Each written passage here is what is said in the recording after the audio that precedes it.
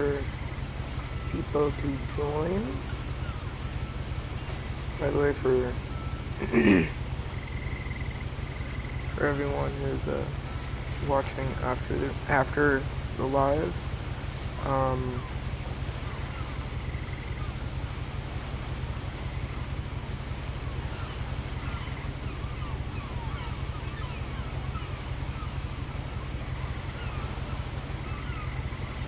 welcome, I guess. I don't know.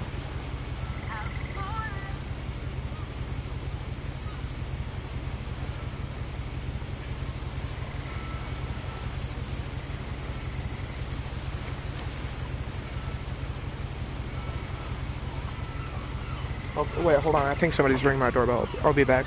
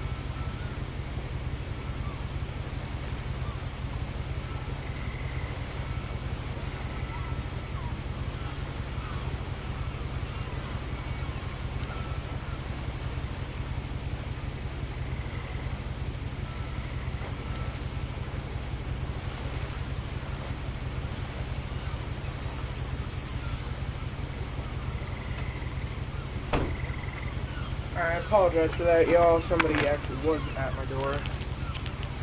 So, we're back now. Let's see. Is anybody gonna join the fucking stream?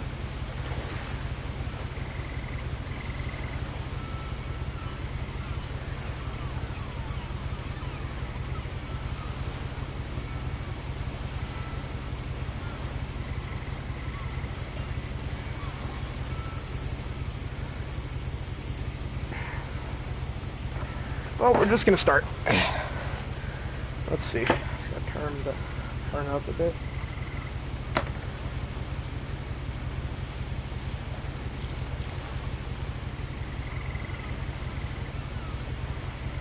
A lot of this isn't going to make sense to you, and I'm sorry about that. I'm just gonna start at the beginning, with the house.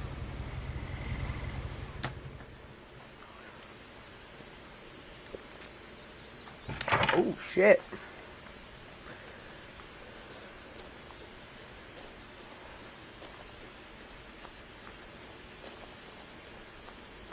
I lived here until I was 11, but I wasn't allowed inside half the rooms.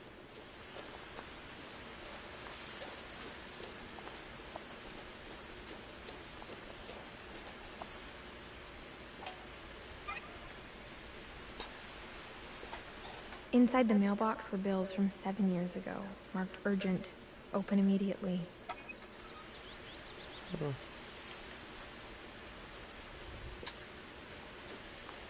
I hadn't been back since my brother Lewis's funeral.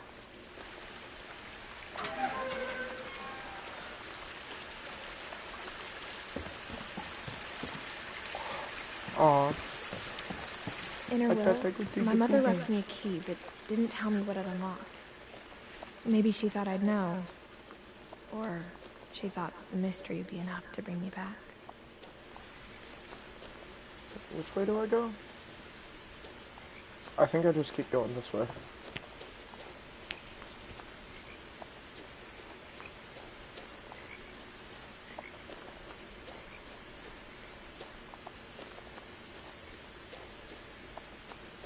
No one had driven this way in a long time, but I saw a few hoof prints.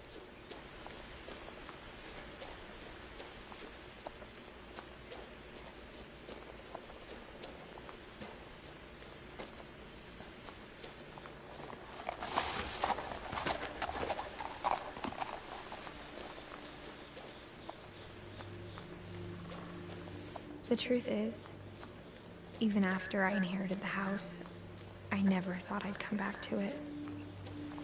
But now I had questions about my family that only the house knew the answers to.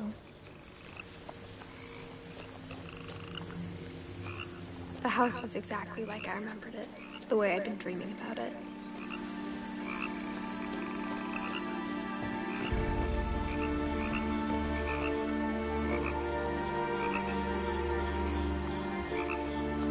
As a child, the house made me uncomfortable in a way I couldn't put into words.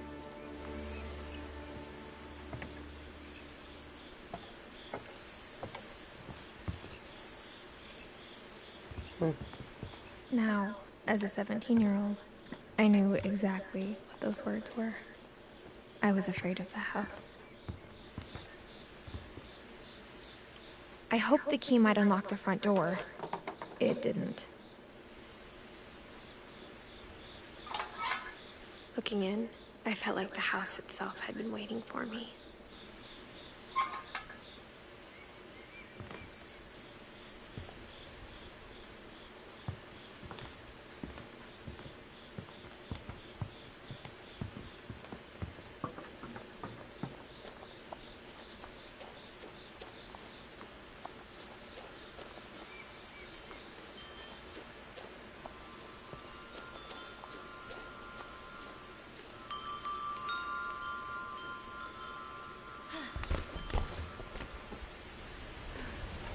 Crawling through the doggy door used to be a lot easier when I was 11.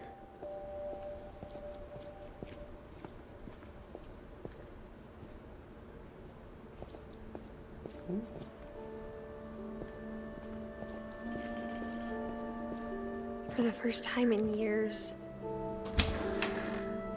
I felt like I was home.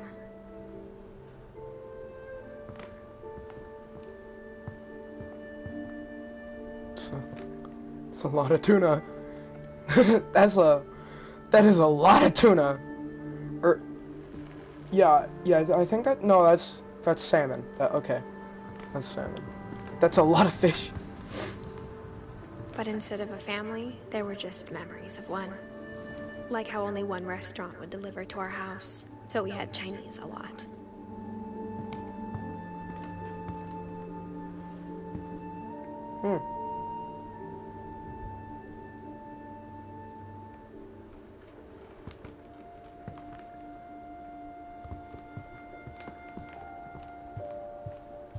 The table was still a wreck from the night we left. It was like a bomb had gone off, killing everyone but sparing the furniture.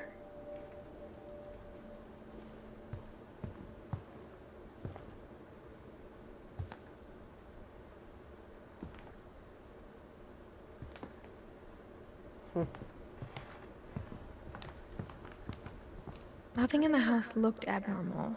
There was just too much of it, like a smile with too many teeth.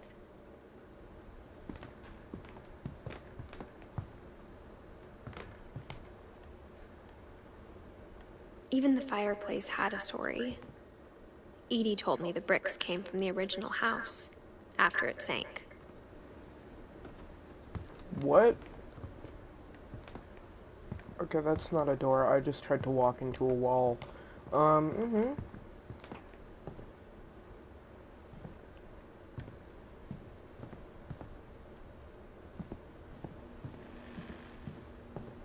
A lot of things got left behind in the whirlwind of that last night.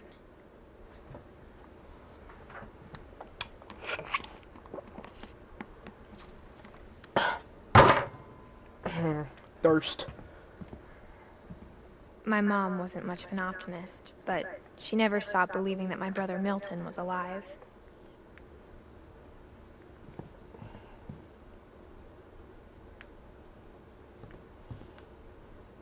Can I ride this?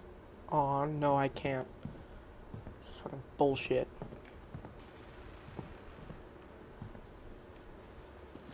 After Milton disappeared, Mom sealed up all the bedrooms. Ooh, this is Then Edie retaliated and drilled peepholes. Ooh.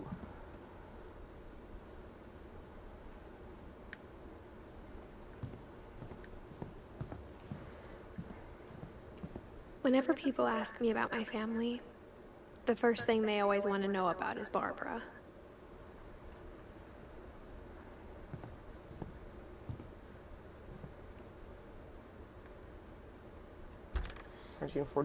Barbara was a child star for 2 years, until America grew out of it.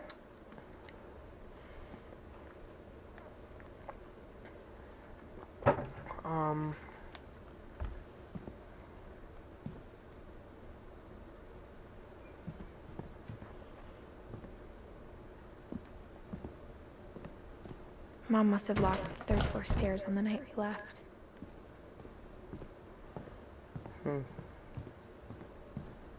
About down here. Oh, it's the Calvin. My Grandpa Sam spent 7 years sharing a room with his dead brother, Calvin. Oh, that's sad. Gregory. As a kid, I just assumed every house had peepholes and sealed rooms you weren't allowed inside of. Alright, so that's just a bathroom. Who lets a kid live in a bathroom? Especially a 1-year-old. What the hell? Sven and Eddie.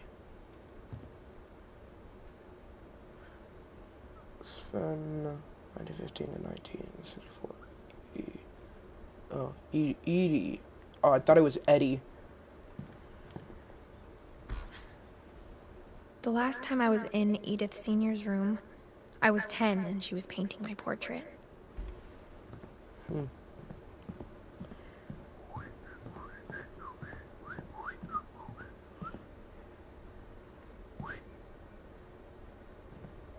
I spent a lot of time playing in Great Uncle Walter's room. I think my mom sometimes regretted not sealing it up. Lewis told me there were secret passages, but I never believed him.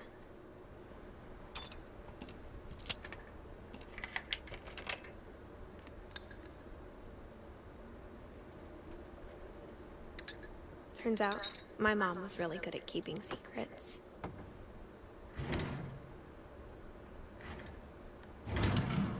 Now it was time to find out what my mom had been afraid of.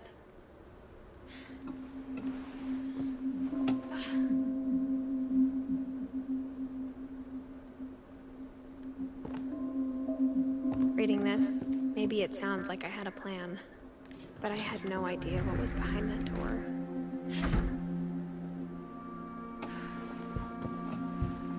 Oh, this, Just like I had no idea where all this was gonna lead. Molly. I grew up looking at Molly's room through the peephole.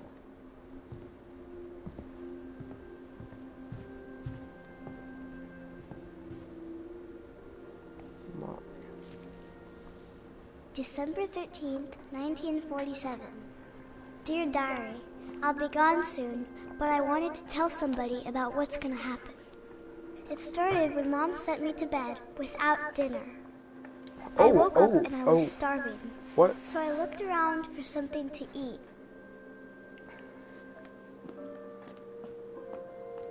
Oh. The gerbil food was dry, but I didn't mind it. Right next to the droppings. That ain't good. My Halloween candy was all gone.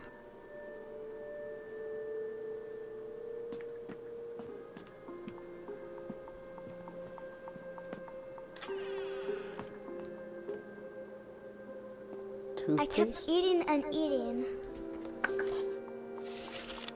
Oh, no. Oh, no.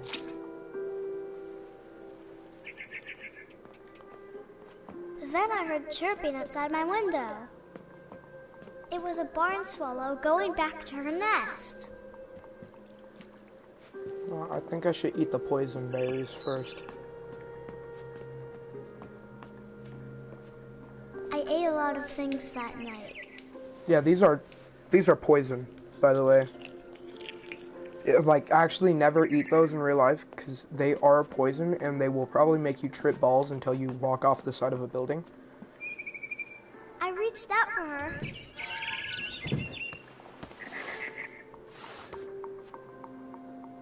And suddenly... Food I was poisoning. a cat! She fucking died. I tried to be quiet, but the bird was really scared.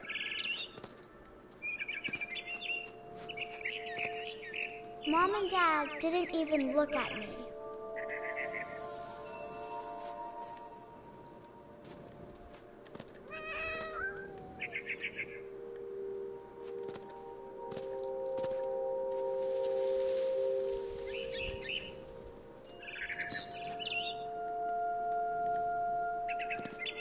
Cat gameplay? Cat gameplay. I jumped and I almost got her.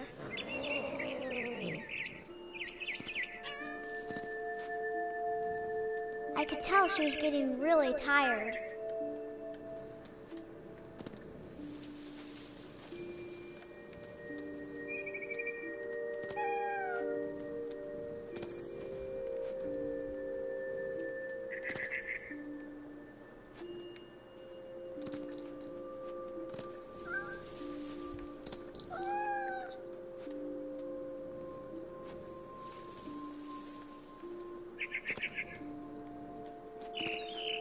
Now I was up in the big tree. I promised Dad I wouldn't climb it anymore. All I cared about was eating that mama bird. I gobbled her up. And suddenly, I was an owl. First, all I heard was the wind. Then I heard little teeth nibbling in the grass.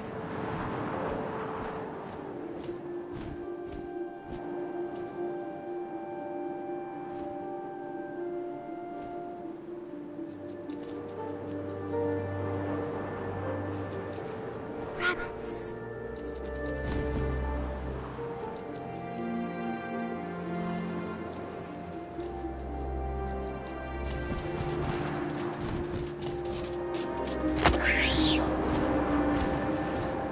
I imagined his face looking up and seeing mine through my talons.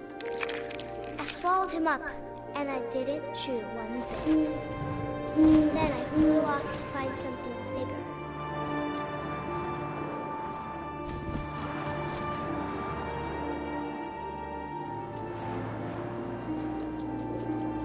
A mama rabbit.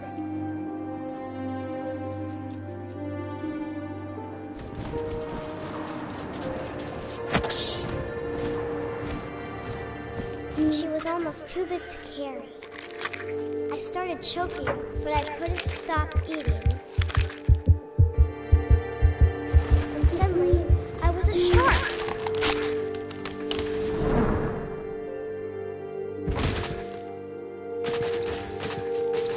Epic shark gameplay.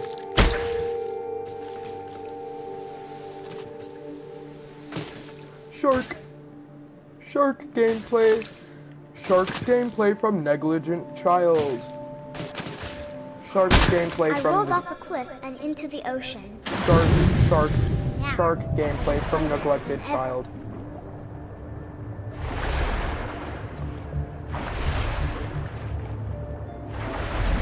I wanted fat, juicy seals. What the hell? Where'd it go? Oh, there you are. Come here.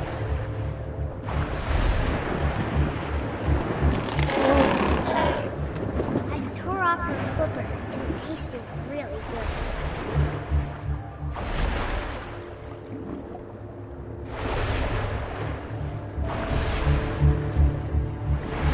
Grabbed on tight. When I was so hungry, I jumped out of the water. When I opened my eyes, everything everything had changed.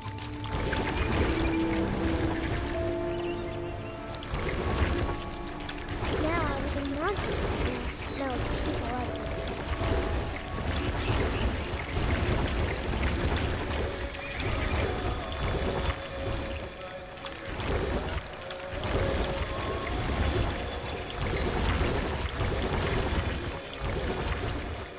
I was big, and I moved real quiet.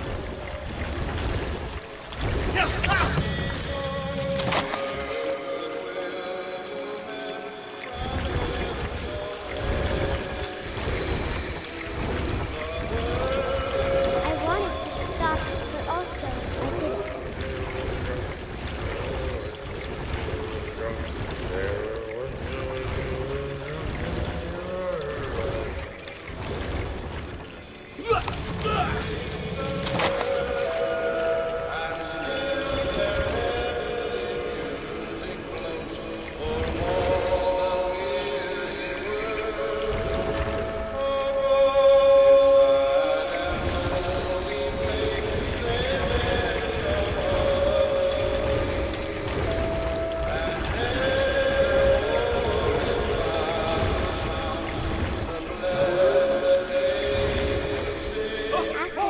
Passenger, I was still hungry, and to cross the water I smelled something new, something I had to have, so I swam towards it.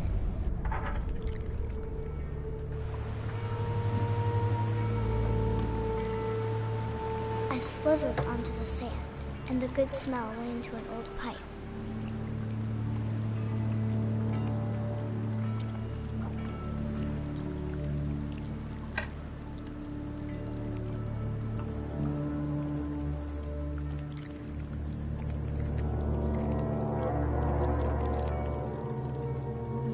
What the fuck? We're in a house now? I got closer and closer.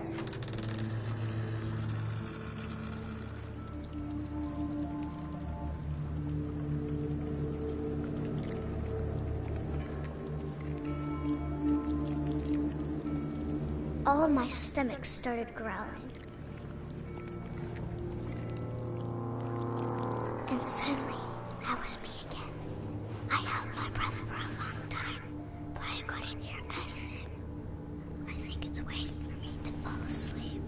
But it's not going to wait much longer. It needs to be, and we both know I will be delicious.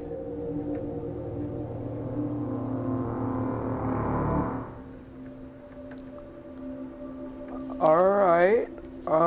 Oh, I read that all day.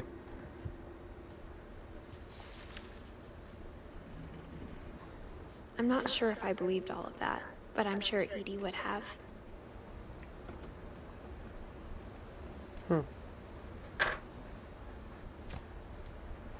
I got the sense Edie had spent a lot of time here, before my mom sealed the doors.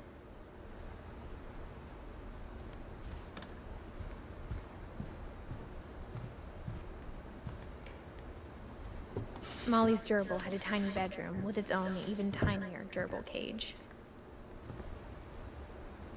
I can't describe it, but I felt like some part of Molly was still here.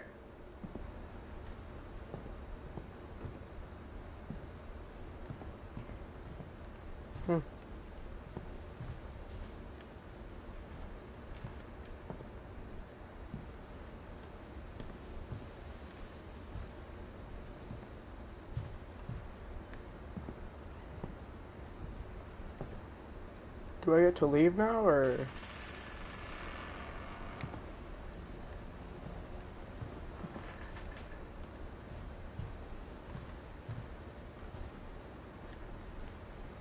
I gotta take something.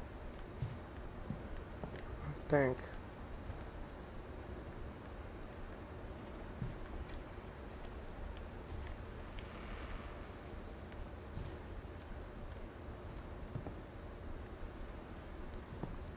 Oh.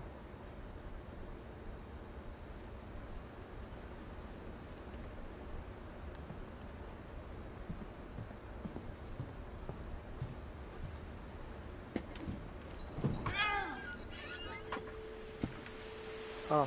That's how you leave. This will be obvious later, but my mom never told me any of these stories. Edie would have, but Mom didn't like bringing up the past. Though, when we adopted a stray kitten, she was the one who named it Molly. I spent a lot of time in Great-Grandma Edie's room.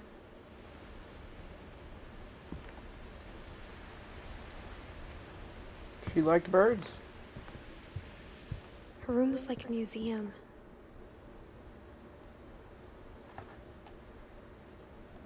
For 500 years, the Finches have been famous throughout Norway for their fortune.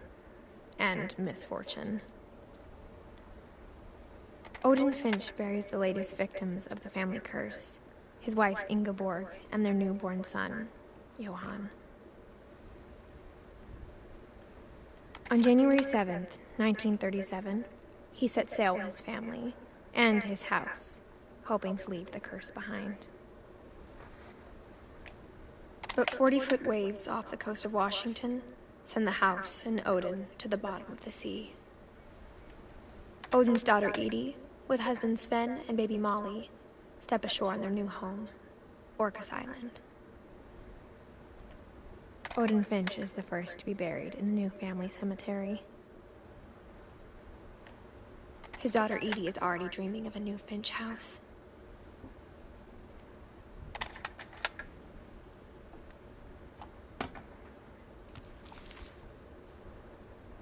Whatever's wrong with this family, it goes back a long ways.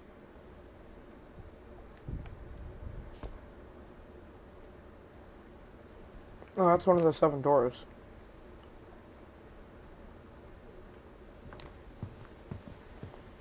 Pills.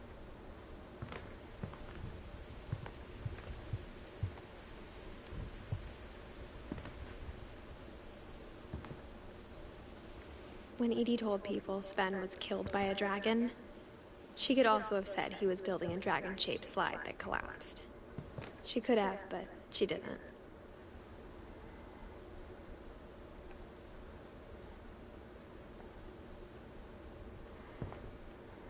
Apparently he was a fan of taxidermy.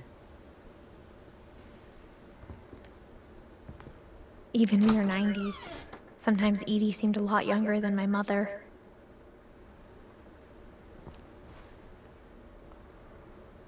Who the fuck puts carpet in a bathroom? I'm being serious. How the fuck is... Huh? The only trace Grandpa Sam's first wife Kay left on the house was the pink bathroom. It was a pretty big trace. Yeah, what... See why it's first wife and not just wife? Whoever the fuck decided they were gonna do this shit is a psychopath.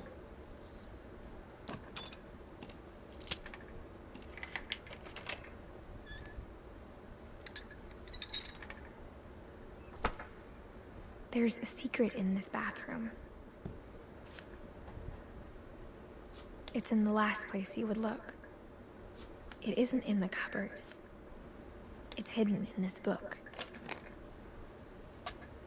Oh, that's pretty cool. That's less cool.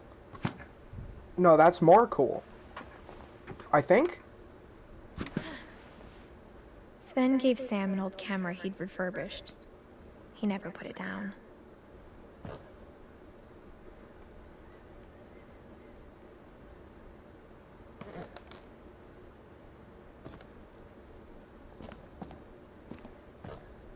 How in the fuck am I gonna... From the paintings on the wall, it was clear my brother Milton had been here before me. Milton. Milton's an alcoholic. Got it.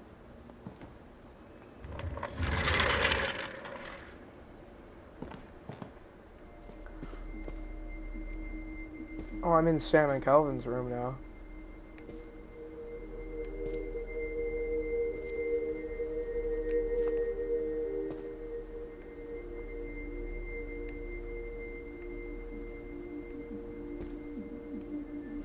See which one. I knew Grandpa Sam had a twin. Liked space. And that he never talked about him. I guess my grandpa didn't like history any more than my mom did. Oh.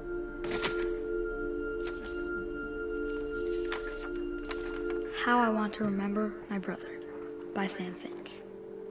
The thing I remember is that when he made up his mind, that was it.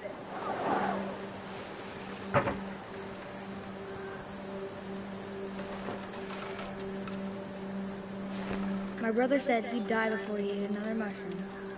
And he did. At Barbara's funeral, we swore we'd never be afraid again. And he wasn't. I think Calvin always wanted to fly.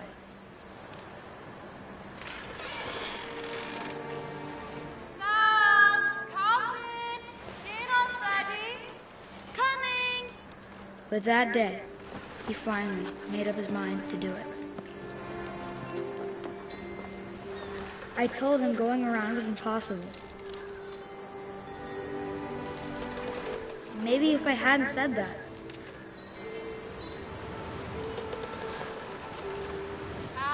Oh damn, this kid about to die. maybe if the wind hadn't picked up, then maybe he'd still be here. But I doubt it. I think he'd already made up his mind. That's what I want to remember about my brother.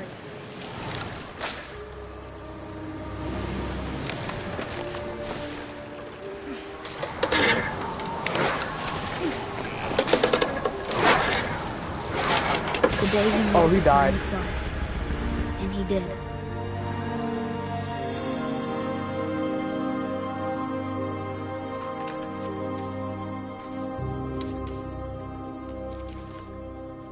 He was only 11. Calvin's story felt strangely familiar. When I was younger, I remember trying to do the exact same thing.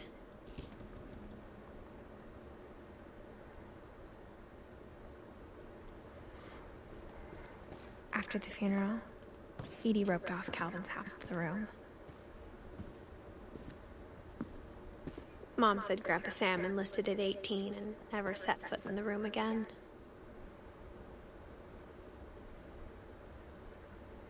Oh, didn't. Well, that's cute.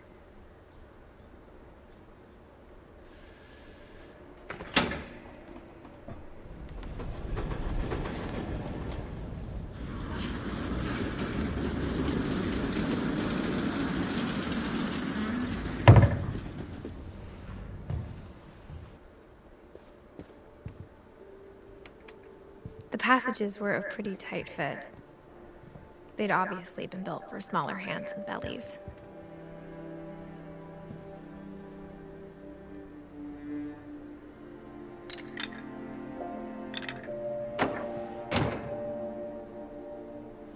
Oh, I have an exit now.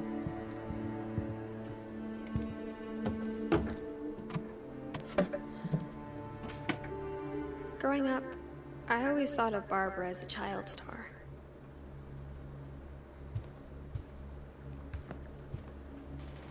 I never thought about how hard it must have been for her afterwards.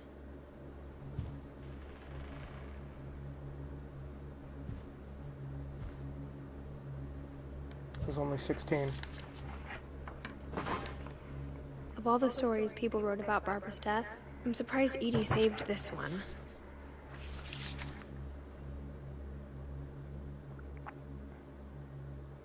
Old Jack here with another ghastly tale inspired by America's most unfortunate family.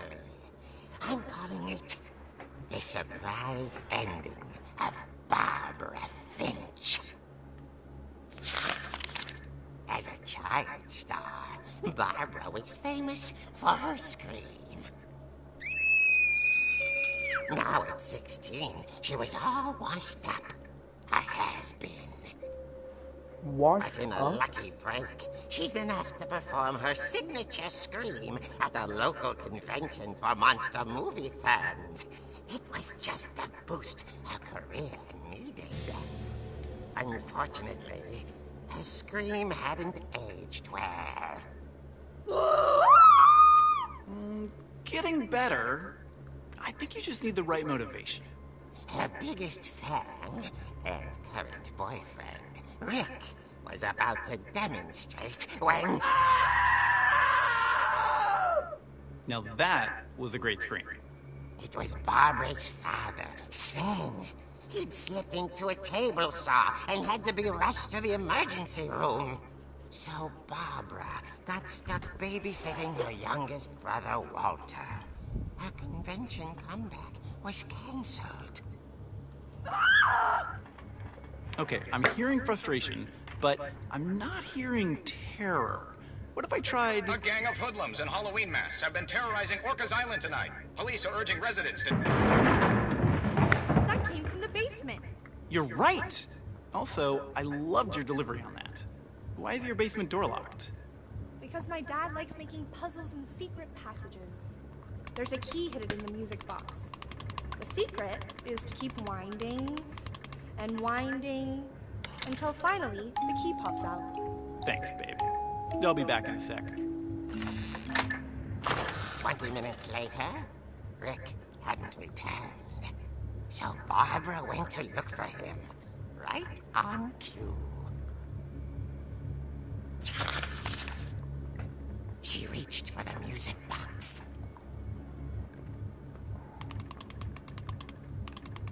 And as she wound the key, she listened for Rick, but the house was silent.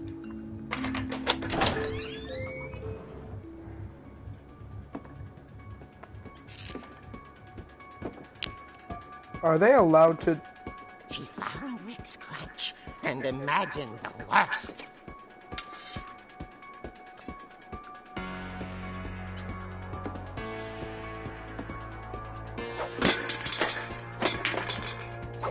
Oh, this is cool. First person. First person basement destroying simulator.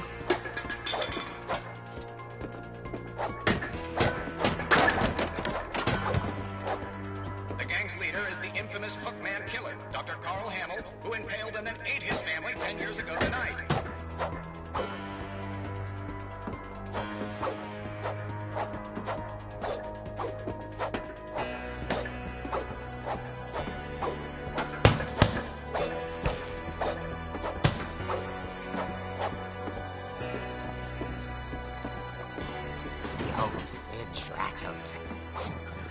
Yep, he's in there.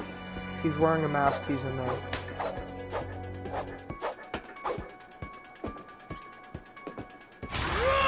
Oh dear! Oh! Rick? Barb, relax. I was just trying to scare you to help you find your scream. Well, I'm not scared, Rick. I'm furious. Then act furious.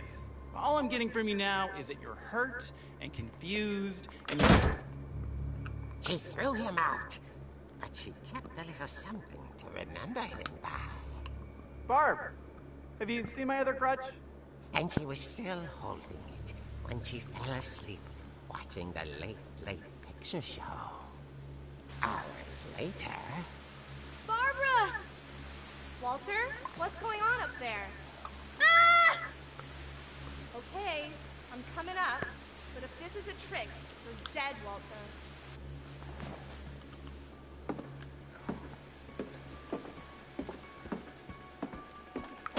Can I knock over the books? Oh, I can't knock over the books.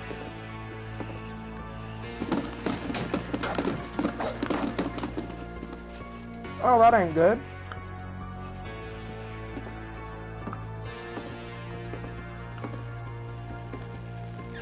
Walter, are you there? Walter had vanished, but his bedside radio was still on. Orcas Island police describe the man as 6 feet tall, with a steel hook for a hand. Residents are urged to lock all doors and windows and notify the police of any suspicious activity. Barbara turned, saw the Hookman, and was speechless. He was quite smashing. And he was. He couldn't get enough of Barbara. Okay, Barbara, there's gotta be another way out of here.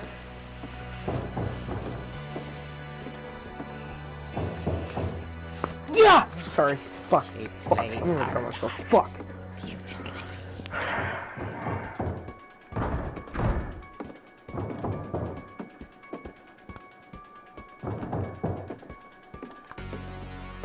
Molly's door hadn't been opened in years. The hinges grow.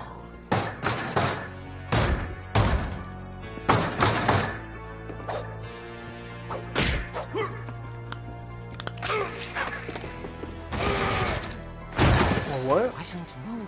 Oh, I thought that was Barbara. She sensed the story might not be over yet.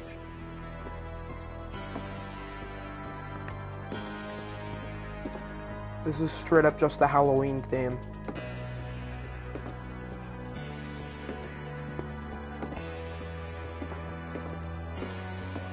Oh, these are the best, man. Shit. Had vanished. These chairs are the best. Yo, if you have one of these chairs, you're a real one.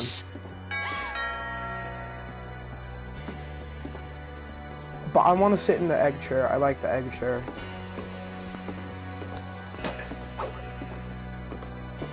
Someone at the door was dying to speak to young Barbara. At the door, she heard whispering. It was coming from inside the house.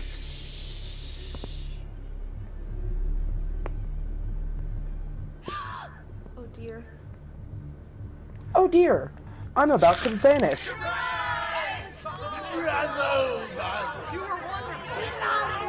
monsters had come to surprise her. For Barbara, it was a dream come true. Then she saw what kind of monsters they were, and she realized what was about to happen. She was going to be famous. And with her final breath, Barbara Finch gave the performance of her life.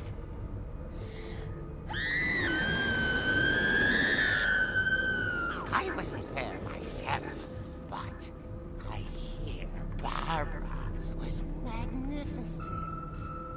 Poor girl. She had a taste for stardom. But unfortunately, so did her fans.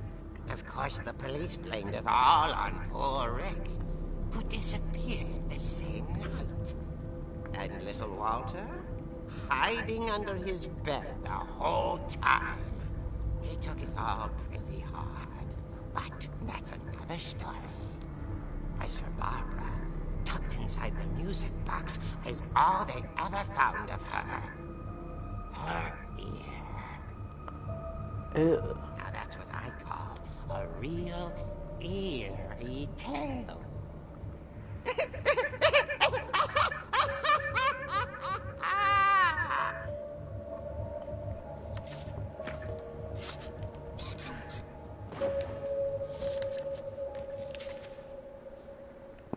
Edie told me all Barbara wanted was to be remembered, as absurd as that comic was.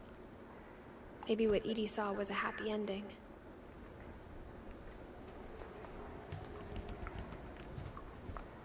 Why oh shit?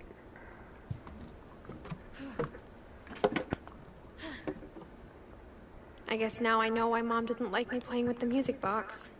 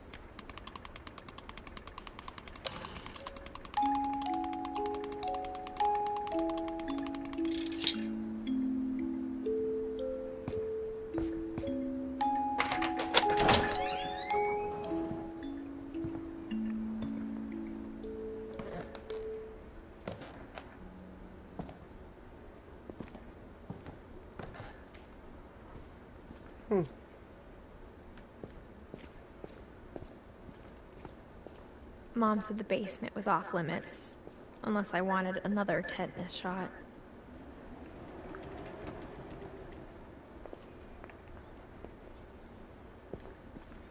That's when he cut his hand with.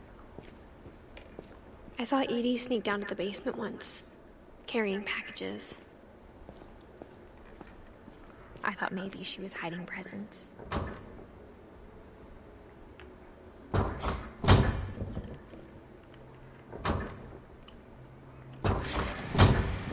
It turned out she was hiding a lot more than that.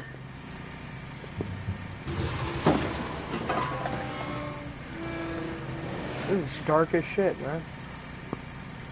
I remember asking Mom once about where Walter had gone. She said after Barbara died, he got as far away as he could.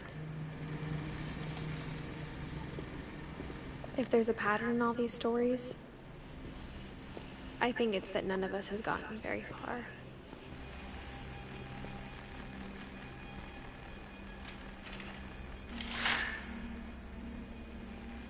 Oh.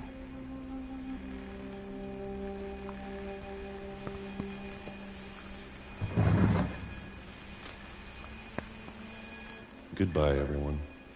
I can't believe I've been down here for 30 years. On that first day, after the shaking started, I didn't think I'd survive a week.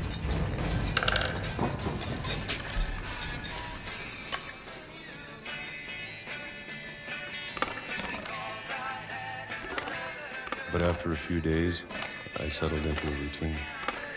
That's what kept me sane. Having a schedule, living for today. I always expected to be dead tomorrow. But if you wait long enough, you get used to anything.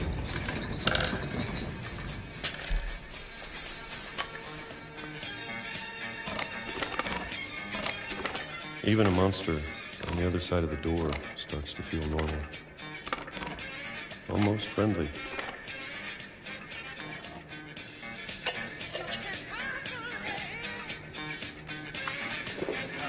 And then one day, everything just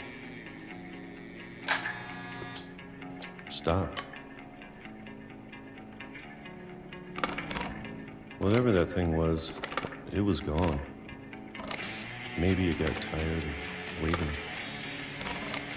Or maybe I just got tired of being afraid.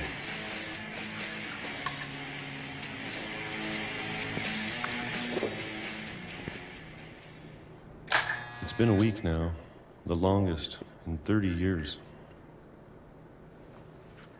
I'm done waiting. I have to leave while I still can.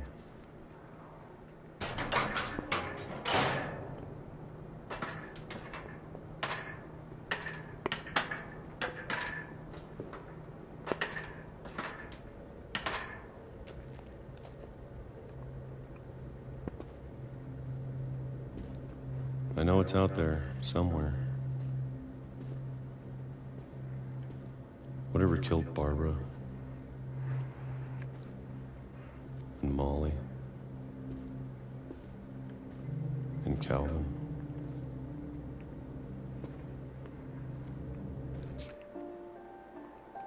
Oops.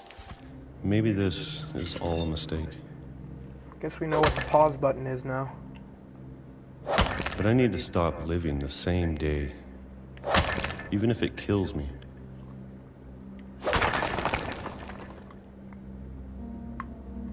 Whatever's out there, I want you to know I'm ready for it.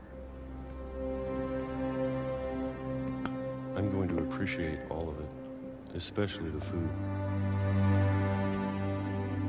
I don't mind if I only have a year left, or a month, or a single week. I'd be happy with one new day. I can already imagine the sun on my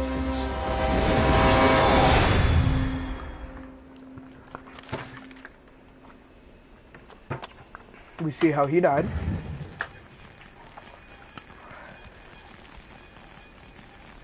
Walter died when I was 6. I can't believe my mom never told me he was down here.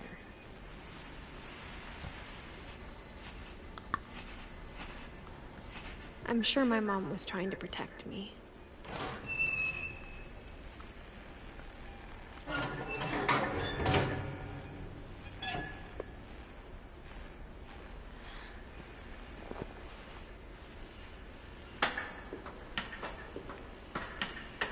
Maybe she was afraid I'd end up like Walter.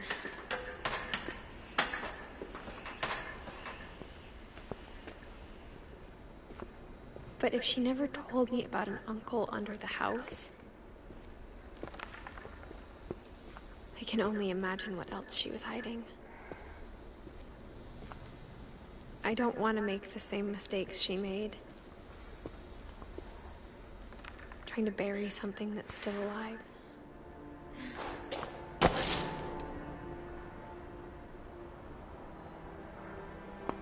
Now that there's only one of us left, or maybe two,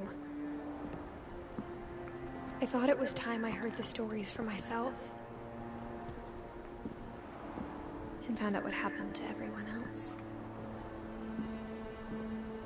But now I'm worried the stories themselves might be the problem. Maybe we believed so much in a family curse, we made it real.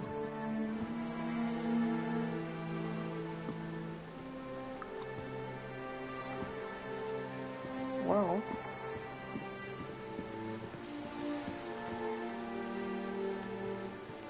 I don't know if I should even be writing this.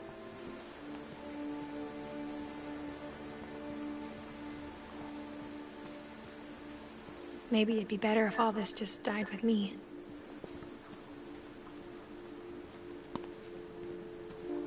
But I thought you should know about your family.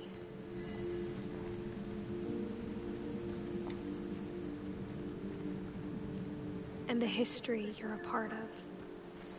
Though to be honest, I feel as lost as you probably do right now.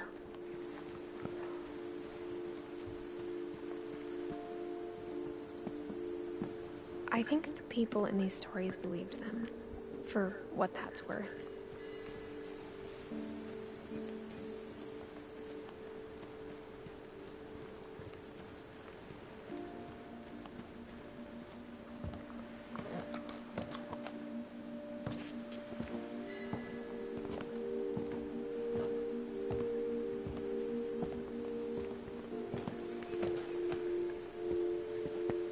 You look at the house, that history of imagination and stubbornness and madness, any of it seems possible.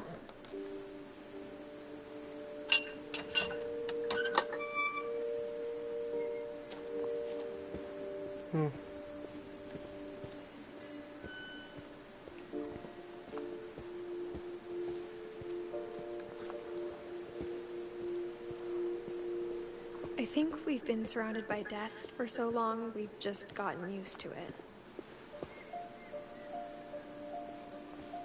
What kind of family finishes building a cemetery before starting the house?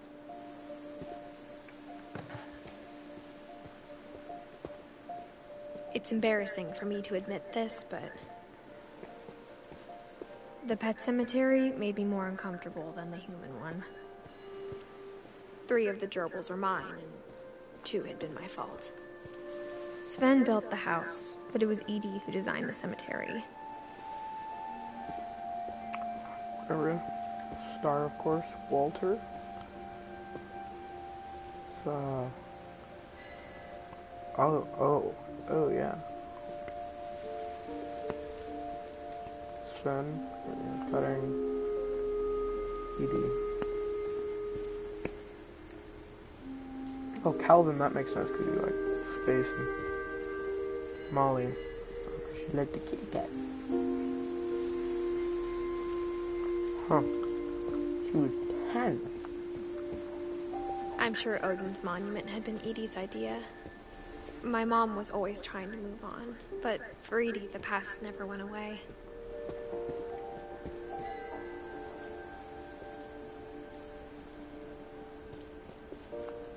She could see it poking out of the water at low tide.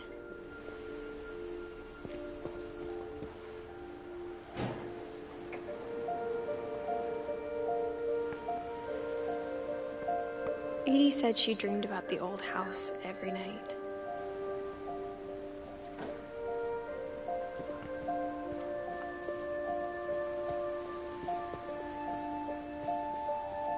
Edie's side was always easier for me to understand. But the older I get, the more I can see where my mom was coming from. Her dad had been pretty strict, but it wasn't enough to save her brothers. She was just trying to do better.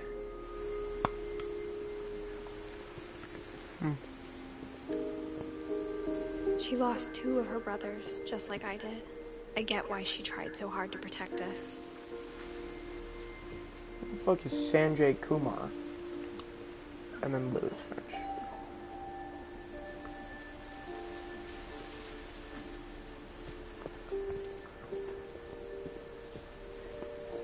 There's so many things I wish I could ask my mom now. Part of me thinks this is what she wanted all along. For me to come back someday and find everything out for myself.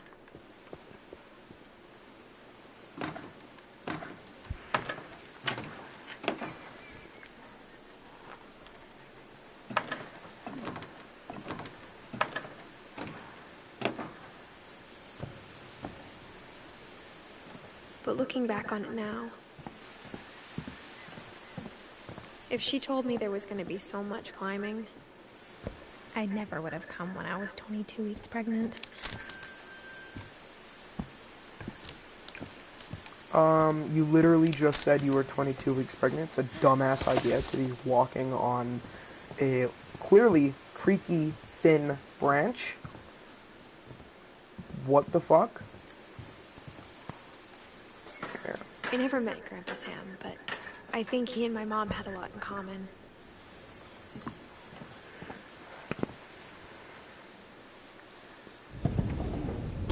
They were both pretty intense.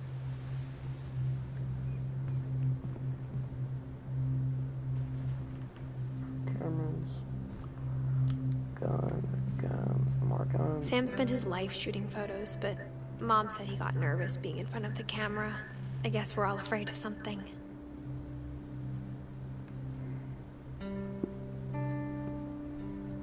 Oh.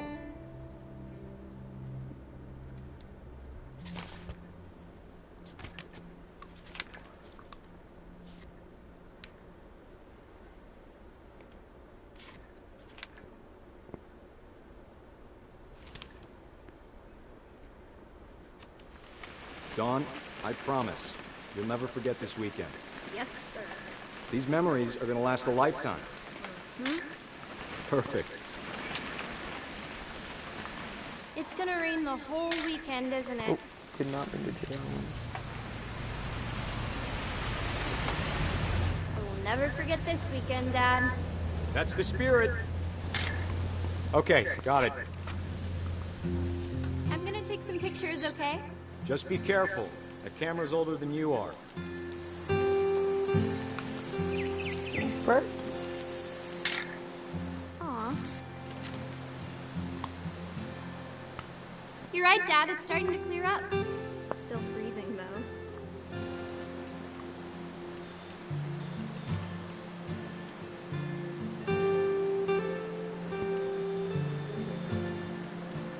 Definitely should not have drunk all that coffee.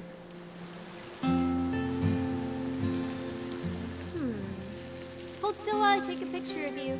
I definitely won't be moving. Are you done yet? Hey! That's a keeper.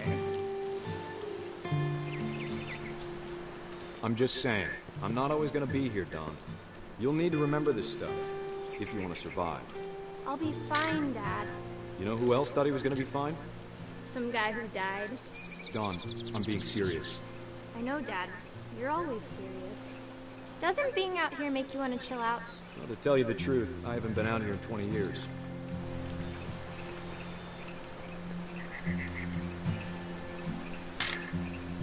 Dawn, don't you think you could find something more interesting to photograph? Like, Last time I was with my brother fish? Calvin. Man, that was a great trip. Your grandpa Sven taught us how to fish. how to build a fire. We found an old logging trail. Dad! Good eyes, Dawn. Before you take the shot, let me get a picture of you.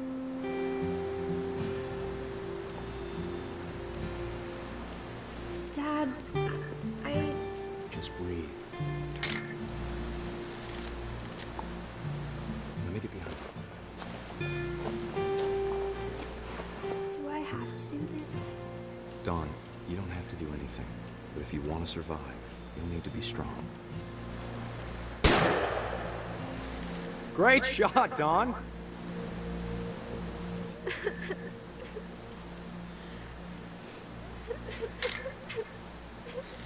I'm proud of you, Dawn. Always remember that, okay? Okay.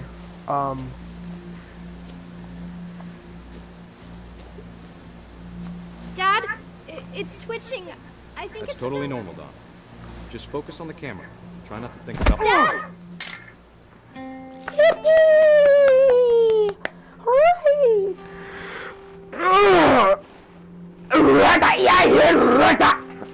Sorry. It's a good stretch.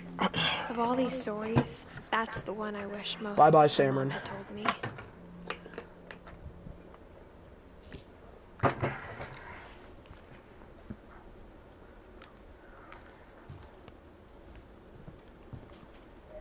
Instead of hiding from death, Sam seemed to go out of his way to meet it.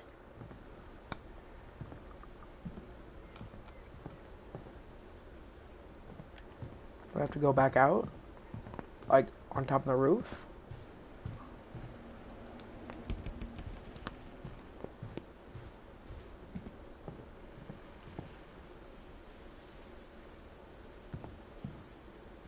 That's goofy. That's goofy kitty. Taxidermied, of course.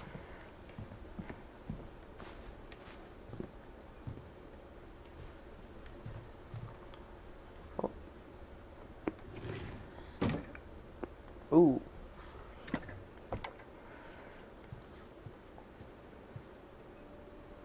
Oh, it's an MRE. I got a shit ton of MREs. After Sam died, my mom and Edie got really close. They'd both lost a lot.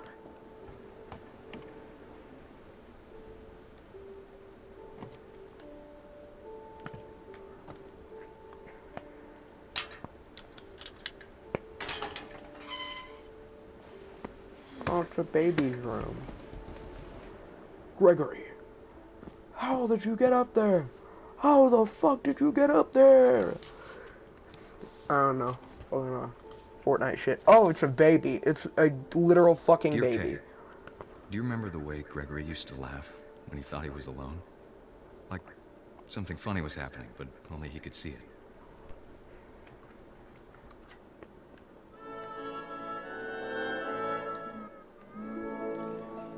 I think he saw things the rest of us don't.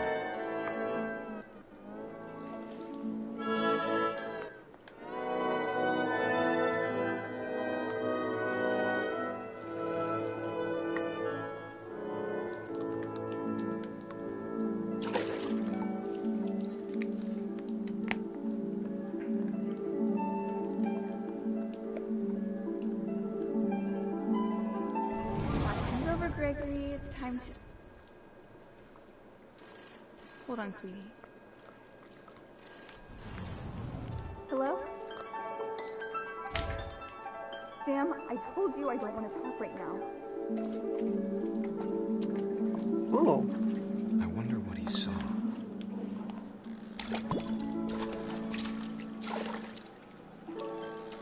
What his room was like.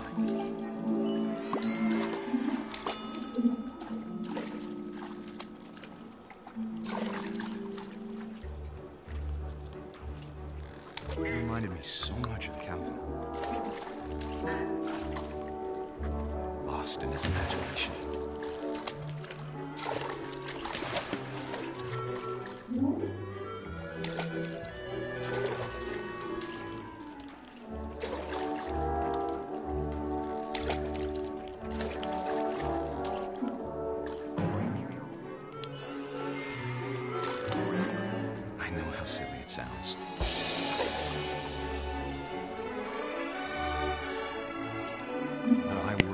baby being too happy.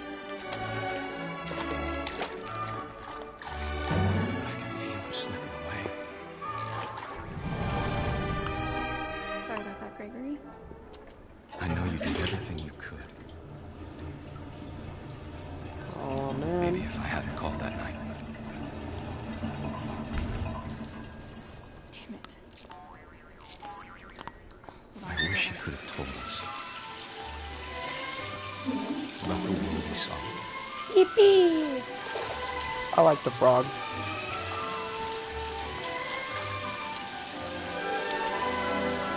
There's so much I don't understand about Gregory. About everything.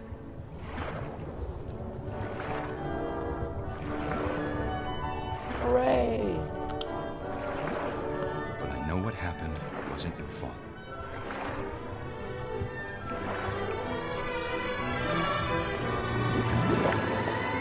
I love the music. I'm sure he's happy. This is like the best part about the game, in my opinion. Just the music and the certain points where just literal children die. Good luck, Kay. Love, Sam.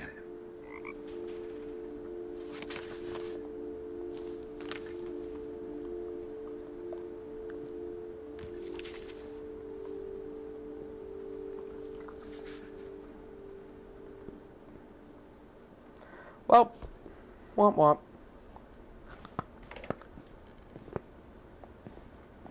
I can't imagine my mom ever writing poetry, and yet...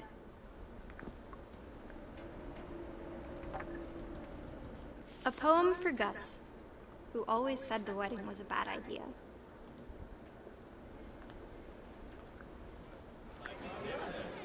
Our father never hit us kids, at least not very hard, before the day my brother said with teenage disregard that he'd be dead before he'd see a wedding in our yard.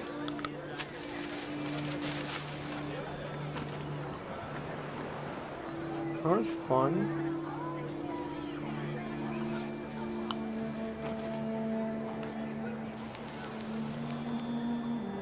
My father made him come, of course, but Gus stood far apart, just flew his kite and bottled up the storm inside his heart.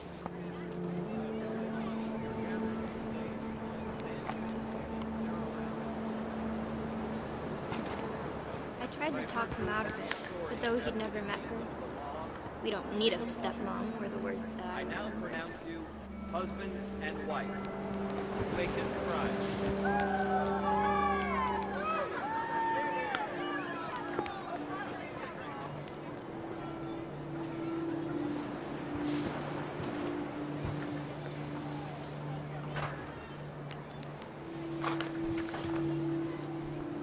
When the time for photos came, Dad ordered him to come here.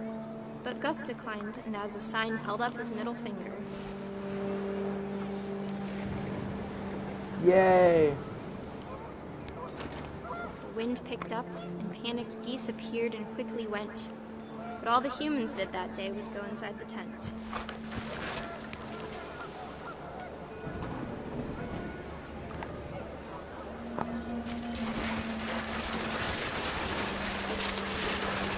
The rain came down in buckets then, but no one seemed afraid that nature might destroy the tent our dad had crudely made. Well, that's pretty cool, right? The thunder sounded much too close and full of angry power. But all my father said to this was, "Make the music louder."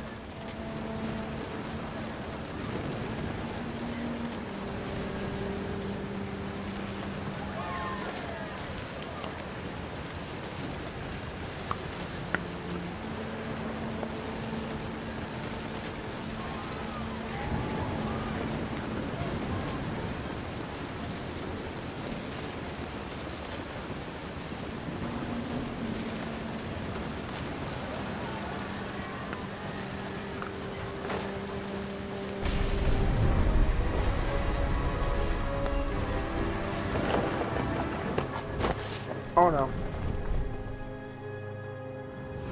I wish that I could truly say I thought about you on that day. Out there on the beach alone, just you, the wind, the sea, and foam. But I didn't. until we found you.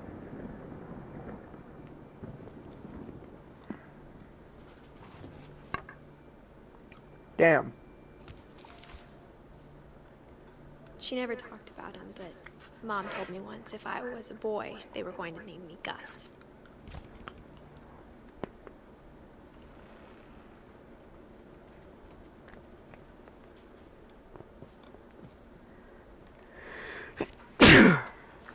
Well, that's depressing.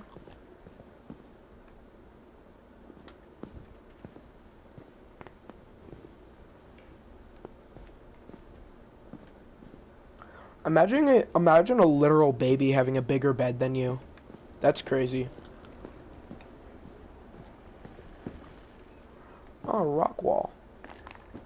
My mom moved up to the loft after her brothers died. At the time, it was as far away as she could get.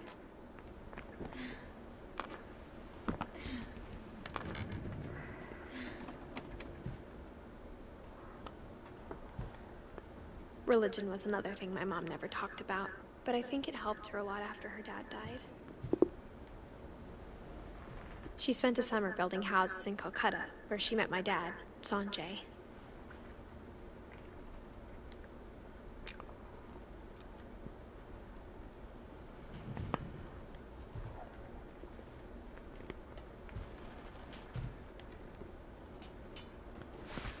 It's a strip pole. Oh man.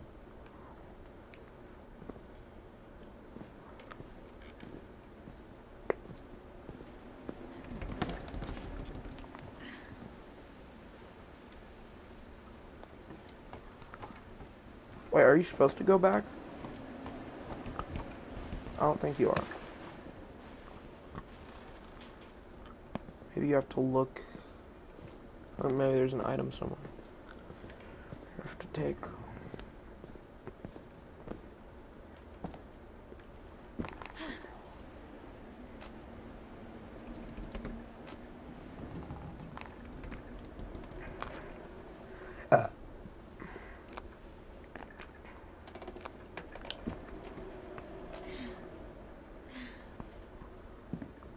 Oh, here we are. My mom moved to India a week after graduation and got a job teaching English. Lewis was born a year later. Oh, Lewis. When my dad died, I don't think Mom knew where else to go. I'm sure Edie was happy to have her back. Oh, they have their own and to see personal kids gardens. in the house again. Milton. Oh, he did some art. Lewis. Fan of his herbs. Edith. I think those are tomato plants. Correct me if I'm wrong, but I think those are tomato plants. The house had to get a little bigger, but Edie was used to that. And for a while, things were good. Almost normal.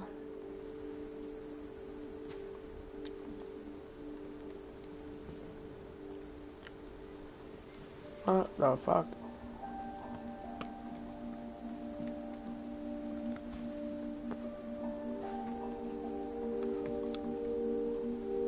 But it didn't last.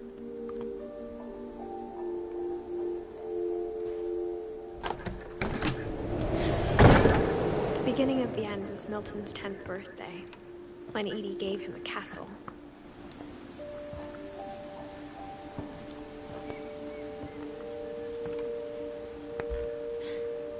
After Milton disappeared, the only thing he left behind was a room full of paintings.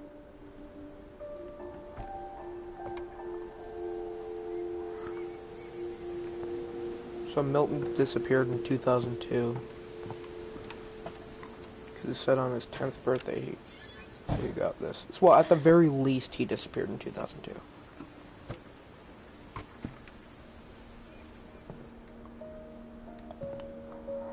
A lot of ink, a lot of paint.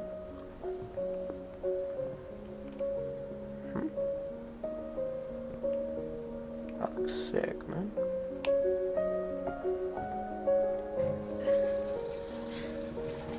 Oh, a pulley system elevator? What the shit? Could I walk in yellow paint or something? Milton.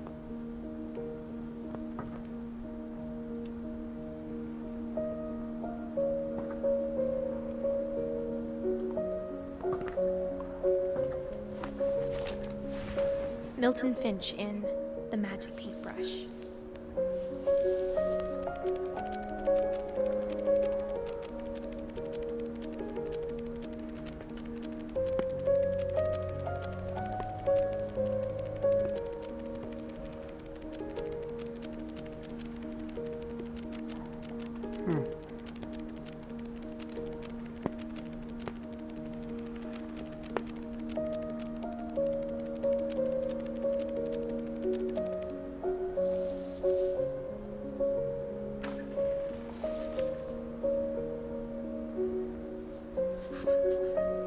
I was 4 when Milton disappeared.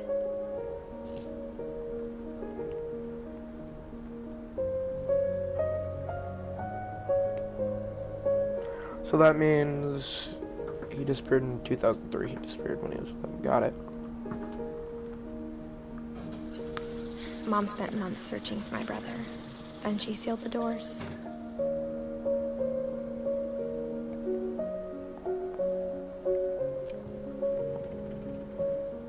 Whatever Milton had found in the house, Mom didn't want it getting out.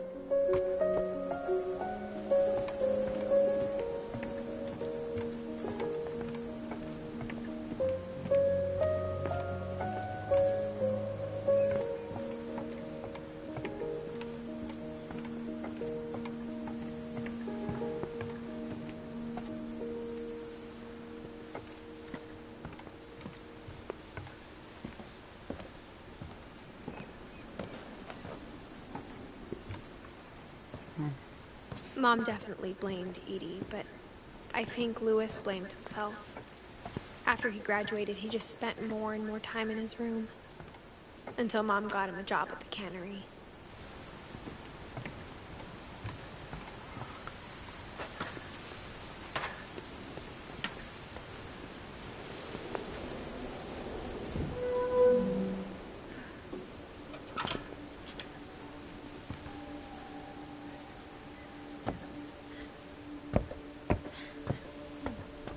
Louis's room smelled very, very familiar. That part of him lived on.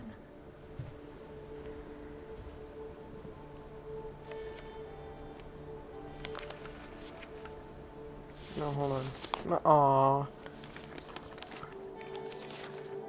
Dear Mrs. Finch, as Louis's psychiatrist, I can understand your desire for an explanation. As I see it, the trouble began in January, shortly after we convinced your son to seek treatment for substance abuse. Newly sober, I believe Louis first noticed the monotony of his daily life.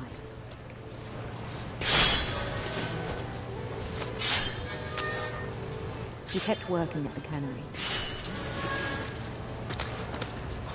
But he withdrew part of himself. In our sessions, I saw the same behavior. His mind began to wander. I asked him to describe it. He said he started small, imagining a labyrinth. He'd feel his way about. Then something moved. Bats. And toads.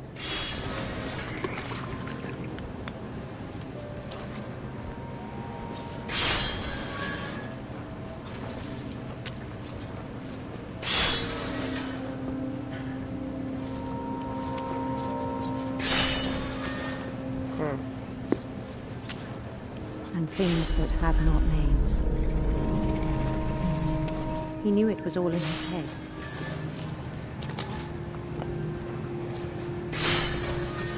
Oh.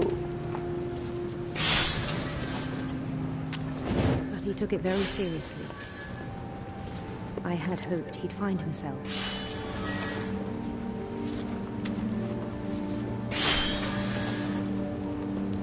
But he found something more.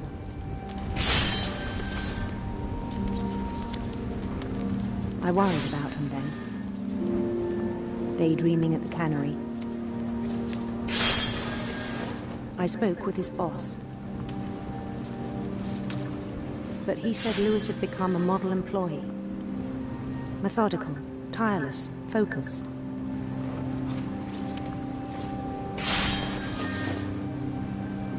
Like a whole new Lewis.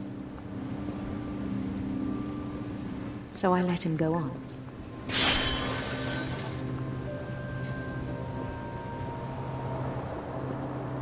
I even encouraged him. Ooh. It seemed very promising at first. He told me he'd made a new friend.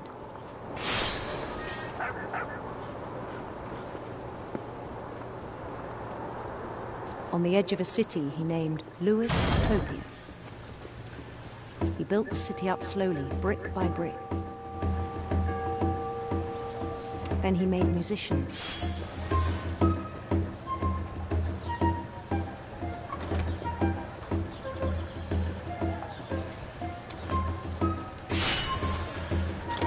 And songs for them to play. He talked about starting a band. And he was always humming something. Every day his imagination grew stronger.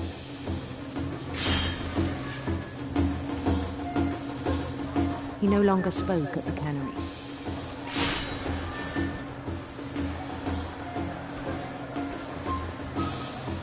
Can I just throw His it? chopping Oh, I was as can't. reliable as ever. Then one day it struck him that all the cheering crowds, even the stones under his feet, were all in his imagination, so he could do whatever he wished.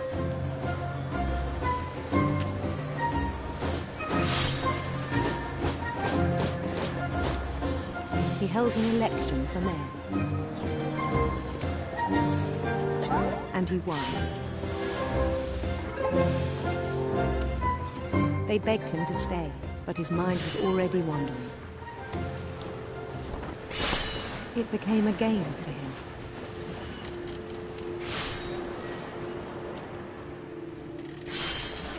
He'd conquer a city, then immediately push on. New Louisville.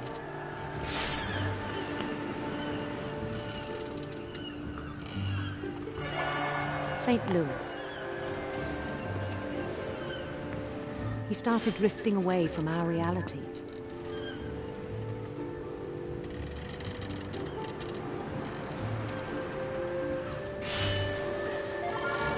Minneapolis, until one day he forgot to go home from the cannery. Even as his mother pleaded with him, part of Lewis kept sailing on.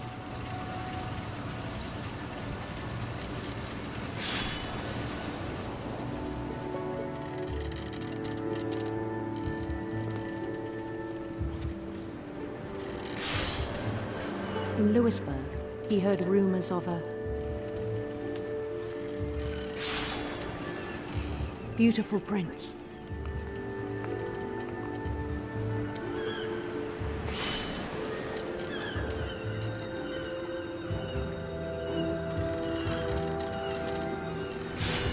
The prince was on his own quest for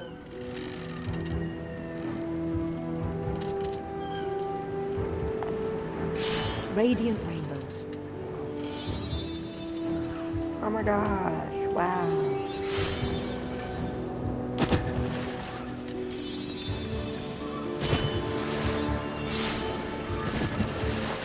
He followed the sound of his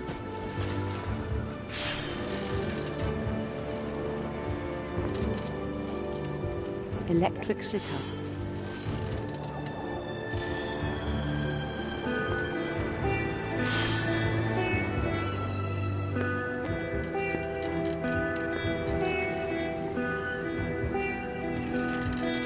His chase led him to a golden palace east of the sun and west of the moon.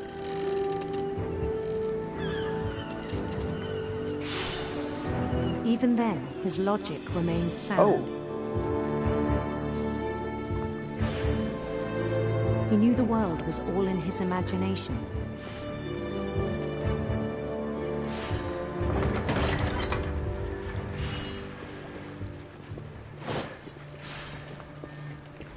But he was so proud of having created it. In his own eyes, he'd become something greater than a king.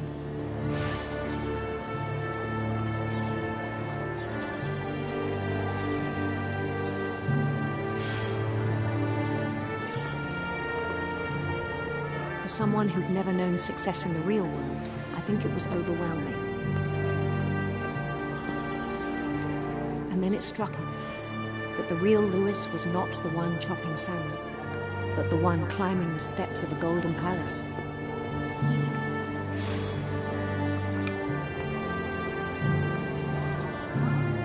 My imagination is as real as my body, he told me. It was hard to argue with him.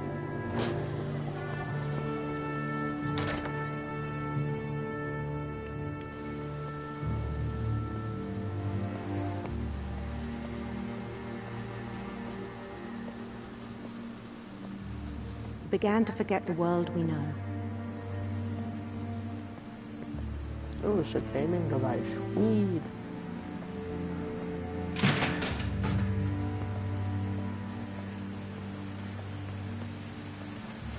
I think it pained him to remember Lewis, the cannery worker.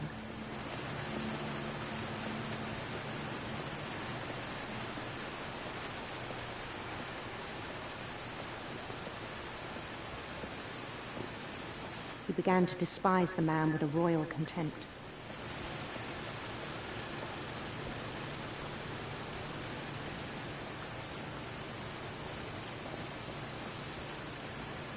Huh.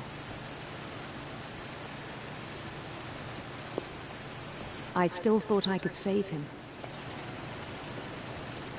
No, it's good, it's good. Even after he said I'm only like an hour and 30 minutes into the game! God damn!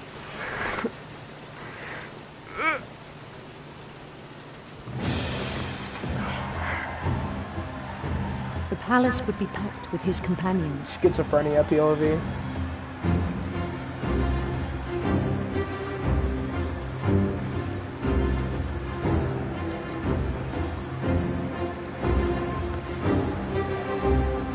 Including the wise Calico who'd insisted on advising him.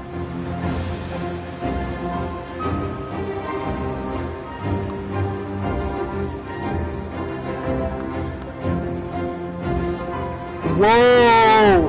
Whoa! Nah.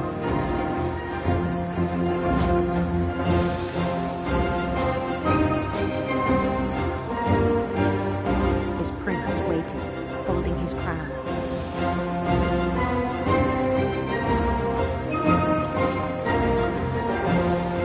There was only one thing left to do.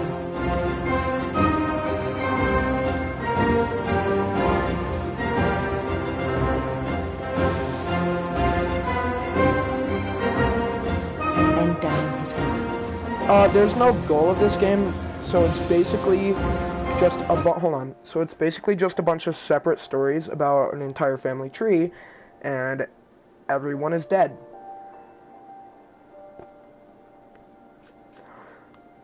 So I'll do another stream where I'll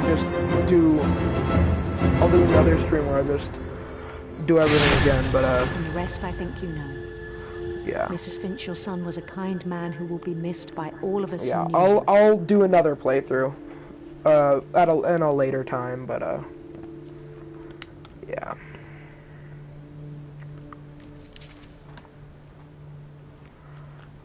My brother was really cool. I wish you could have met him. I think that's the end of the game. Did I just beat What Remains of Edith Finch? Oh, you already know what happened here. Oh, I'm gonna do a Fallout stream right after this.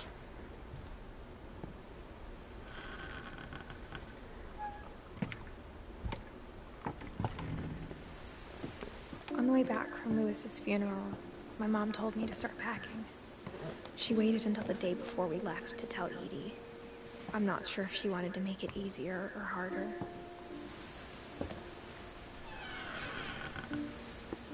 I wish we'd stayed. Oh, this is...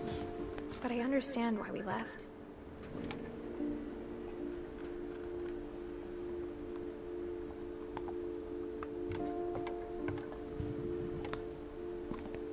My mom ended up leaving everything behind. What happened that night had been coming for a long time. Maybe it should have come sooner. Yeah, you should have gotten here when I started the stream, aka an hour and 30 minutes ago! But it had to end one way or another. All that's left now is to tell you about that last night.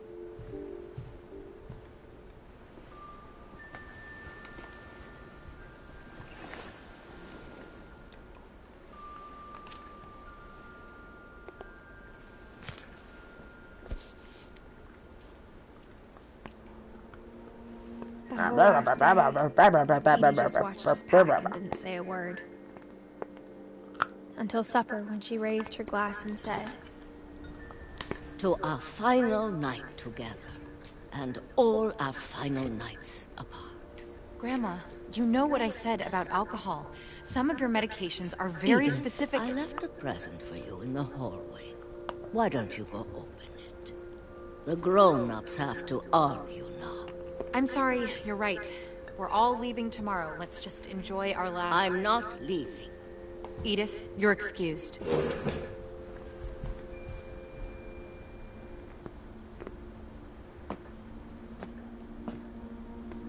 the power had been shut off that morning, but Edie always had plenty of candles. When my mom sealed the library, I don't think she knew about the other entrance. Or that Edie had a key to it.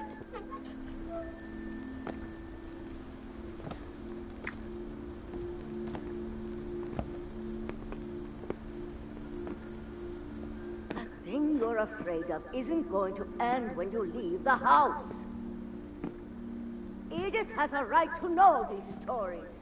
My children are dead because of your stories.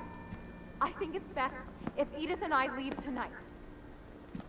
We'll have the nursing home send a van for you in the morning. Okay?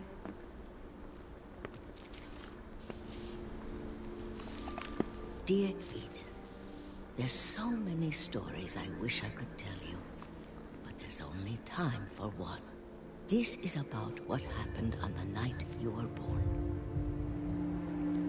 That night, the tide went way, way out. It was the first and last time I ever saw the old house aground.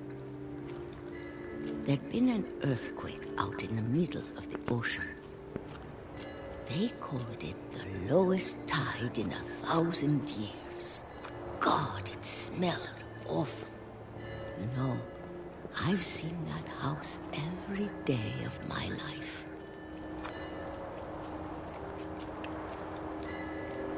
But I never thought I'd go back to it. When the fog rolled in, I lost my way.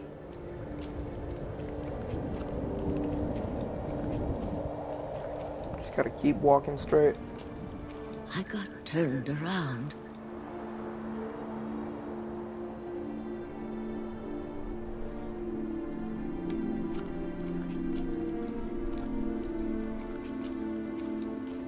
I started seeing things.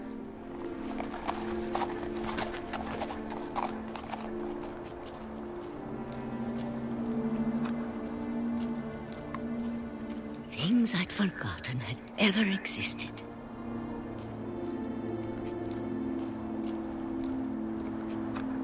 Ooh.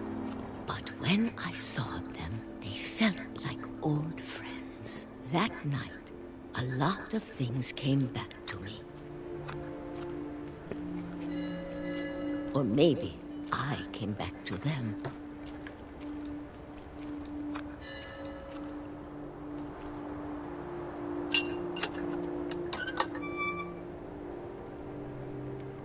things I can't explain, but that I need you to try and... Edith, what are you doing in here? It's mine. Edith! Mom, you're gonna rip it! Let go! I kicked and screamed, but Mom dragged me to the car. I never saw Great Grandma Edie again.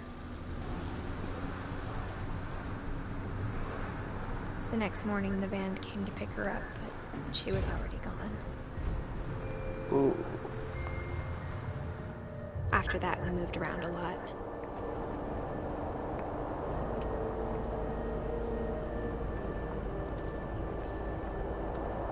We both tried to make the best of it.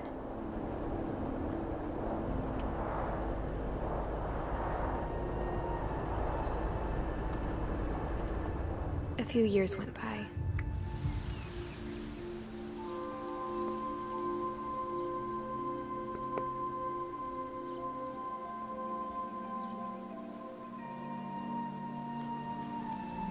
My mom didn't like to talk about it.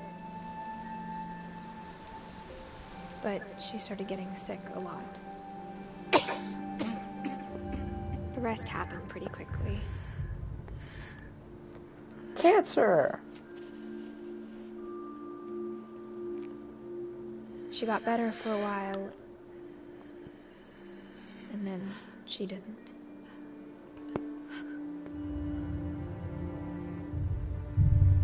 And then I was alone.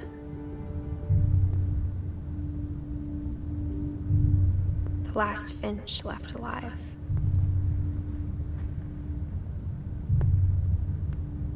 Until I found out about you.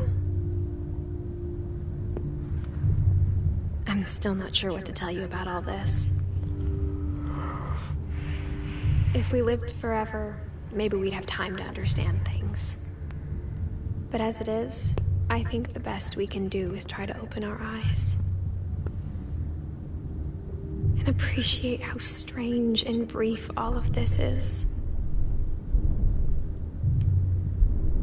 This journal was supposed to be for you. I don't think I can show this on YouTube. Oh, fuck. But now I hope you'll never see it. I just want to meet you. Oh, my video's gonna get taken down, isn't it? Myself. But I guess if you're reading this now... Oh my god. Things didn't work out that way.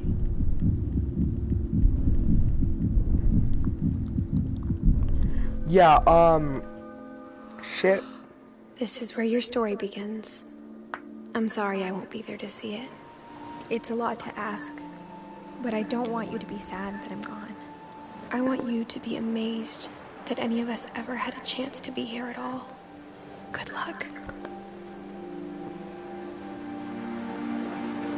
Yeah, I don't...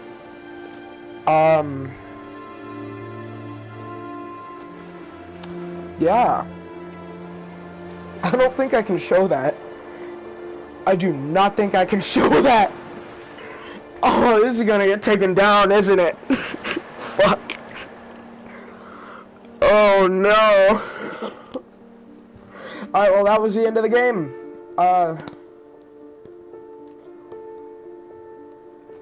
Thanks for watching my, incessant rambling, I guess. And, yeah, it was very sad. But, that last part was, probably can't show that. Oh, shit, I just got the trophy. I just got the end trophy. Well, oh,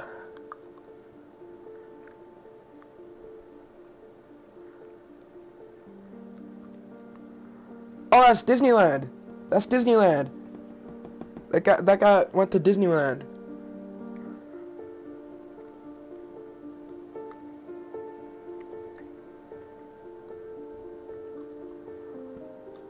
Alright, hold on. I'm just waiting for the game to end. Well, that's it.